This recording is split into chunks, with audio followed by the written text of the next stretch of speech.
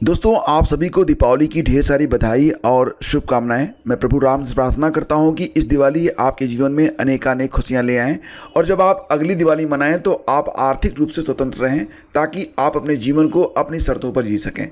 तो आप सभी को प्रकाश पर्व की ढेर सारी बधाई और शुभकामनाएं। दोस्तों, याद रखिए कि जीवन में कुछ भी मूल्यवान हासिल करने के लिए आपको परिश्रम करना पड़ता है।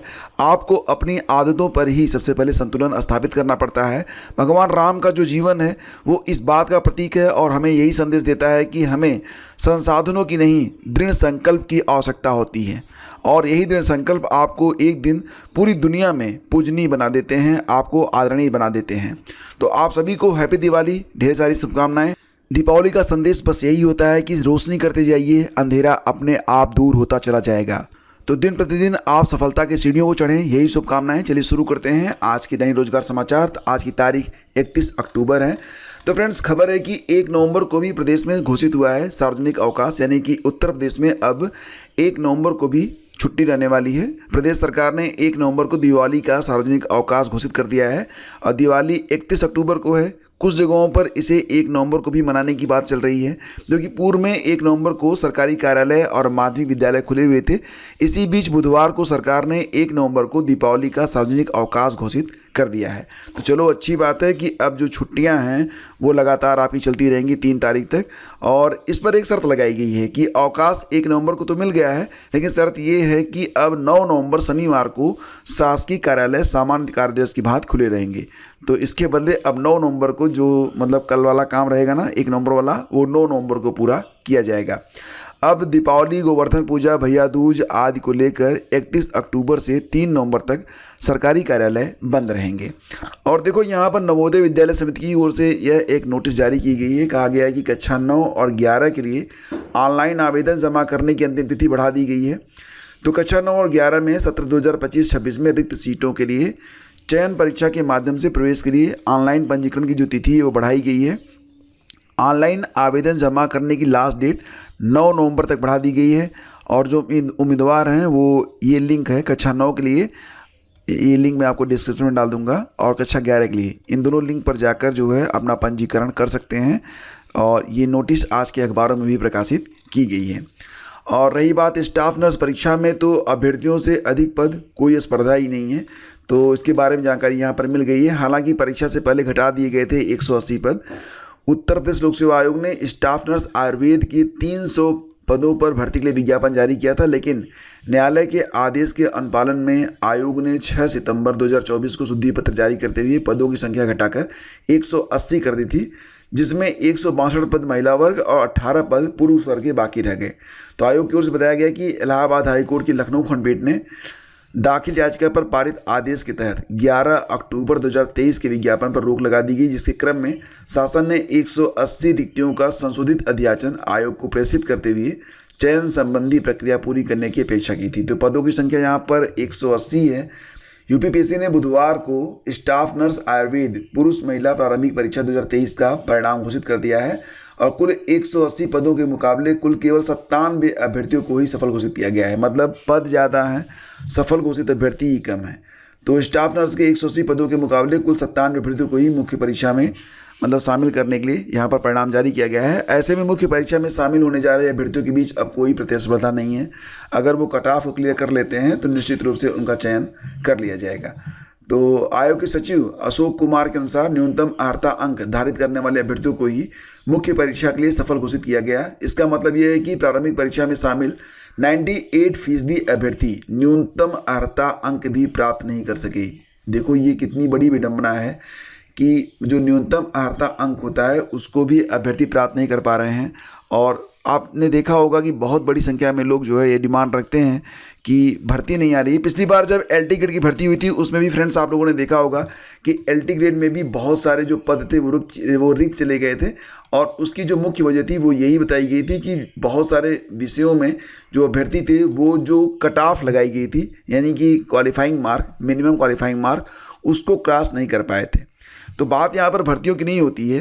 भर्तियाँ जब आती हैं और पद खाली चले जाते हैं, अभ्यर्थी जब यहाँ पर जो न्यूनतम क्वालिफाइंग मार्क होता है वो भी हासिल नहीं कर पाते हैं, तो अभ्यर्थियों को खुद सोचना चाहिए कि हमारी तैयारी का लेवल क्या है। सिर्फ दूसरों में नहीं, अपने में जब तक आप नहीं देखेंगे तब तक आपको जॉब नहीं मिलेगी। यहाँ पर कुछ अभ्यर्थी टॉपर बनने की क्षमता रखते हैं, तो कुछ मिनिमम क्वालिफाइंग मार्क को भी पास नहीं कर पाते हैं, उसको भी क्रॉस नहीं कर पाते हैं। ये एक विडंबना ही कही जाएगी कि पिछली बार भी LT ग्रेड में बहुत सारे पद रिक्त चले गए थे जब 10,768 पदों पर विज्ञापन 2018 में जारी हुआ था। हालांकि नया विज्ञापन भी जारी होने जा रहा है और नया विज्ञापन आपको अगले 2-3 महीनों में देखने को तो पक्का मिल जाएगा। फिलहाल आप लोग तैयारी करिए और ये स्थिति ना आने पाए कि अभ्यर्थी यहाँ पर जो मिनिमम क्वालिफाइंग मार्क होता है, न्यूनतम अर्हता अंक, उसको क्रॉस ना कर पाएँ। ये एक मैसेज है मेरा आप लोगों के लिए कि कम से कम आपकी तैयारी का लेवल ये हो कि सीटें मिनिमम भी हों फिर भी आप टॉप मोस्ट में रहें, ताकि आपका चयन पक्का हो सके। और देखो यहाँ पर विद्यालयों में संविदा पर रखे जाएंगे सेवानिवृत्त शिक्षक। तो बात यहाँ पर हो रही है जयप्रकाश नारायण सर्वोदय विद्यालयों की। तो आपको पता ही है कि समाज कल्याण विभाग के जयप्रकाश नारायण सर्वोदय विद्यालयों में अब संविदा पर सेवानिवृत्त शिक्षक स्कूलों में तैनात होंगे। इनको सरकार की ओर से सम्मानजनक मानदेय दिया जाएगा। इसके बारे में कल भी अखबारों में प्रकाशित हुआ था। इसमें TGT के लिए 34,125 रुपये और PGT के लिए 35,700 रुपये महीना में दिया जाएगा।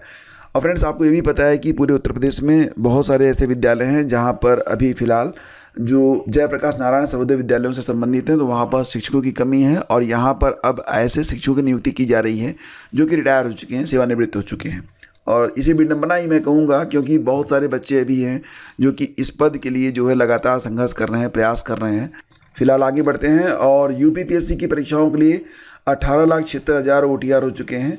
तो खबर ये है कि UPPSC की परीक्षाओं में शामिल होने के लिए वन टाइम रजिस्ट्रेशन नहीं कि OTR कराने वाले अभ्यर्थियों की संख्या लगातार बढ़ी है और फिलहाल ये संख्या 18,76,000 को क्रॉस कर चुकी है।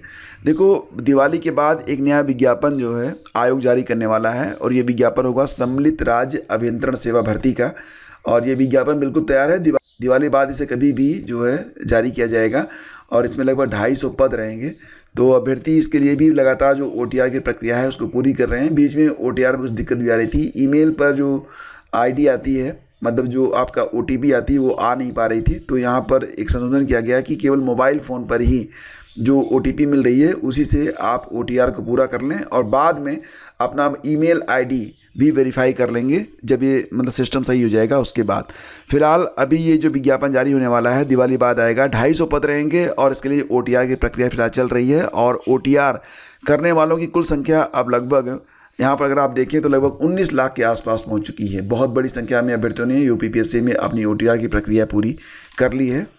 और देखो, अभ्यर्थी 3 से 4 बार ही दे पाएंगे नीट UG। तो फिलहाल अभी सरकार की ओर से इस पर मंजूरी तो नहीं मिली है, लेकिन कहा जा रहा है कि 2025 से छात्रों को अनगिनत बार परीक्षा देने का विकल्प खत्म हो जाएगा। अगले साल से छात्र 3 से 4 बार ही नीट UG दे पाएंगे। तो साथ ही JEE मेन की तरह एक दिन के बजाय परीक्षा कई दिनों तक पालियों में कराई जाएगी।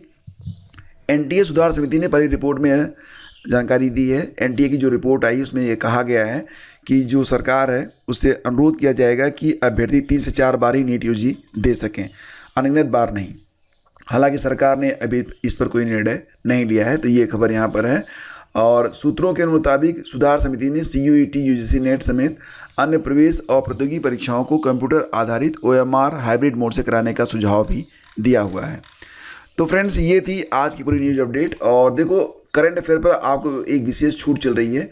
तो ये छूट आपको 31 अक्टूबर तक मिलेगी। पूरी वार्षिकी पर आपको फ्लैट 40 रुपीज़ ऑफ मिल रहा है। मतलब आपको कोई भी कूपन कोड यहाँ पर इस्तेमाल नहीं करना है। सिंपली बस आपको जाके नीचे इसका डाउनलोड लिंक है, इस पर आप क्लिक कर सकते हैं। जनवरी से लेकर सितंबर तक का ही संपूर्ण करंट अफेयर यहाँ पर आपको मिल जाएगा। और आने वाली जो भी प्रतियोगी परीक्षाएं हैं, जिस भी परीक्षा में आप शामिल हो रहे हैं, सभी के लिए ये जो आपकी बुक है बहुत ही हेल्पफुल रहेगी।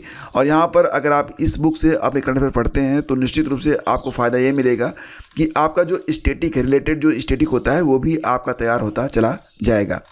तो फ्रेंड्स, अगर आप चाहें तो इसका लिंक वीडियो के डिस्क्रिप्शन में है, आप इसे डाउनलोड कर सकते हैं, प्राप्त कर सकते हैं। और देखो, सोशल मीडिया पर भी आप हमसे कनेक्ट हो सकते हैं। और देखो, करंट अफेयर का अगर रेगुलर टेस्ट आप देना चाहते हैं बिल्कुल फ्री में, तो आप studyvithgyanprakash.com पर आ सकते हैं।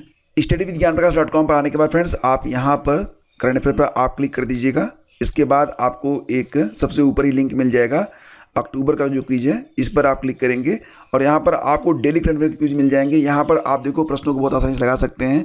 क्वेश्चन आएंगे, आप विकल्प देकर अपना टेस्ट कर सकते हैं कि आपने कौन सा विकल्प सही माना है और नीचे शो मोर पर क्लिक करते ही आपको इसका उत्तर दिखना शुरू हो जाएगा। तो बहुत ही शानदार तरीके से यहाँ पर एक क्विज तैयार की गई है और इसका डायरेक्ट लिंक वीडियो के डिस्क्रिप्शन में है, तो अभी जाकर इसे लगाइए और प्रतिदिन का जो करंट अफेयर है उसको इसी प्रकार से आप पूरा कर सकते हैं।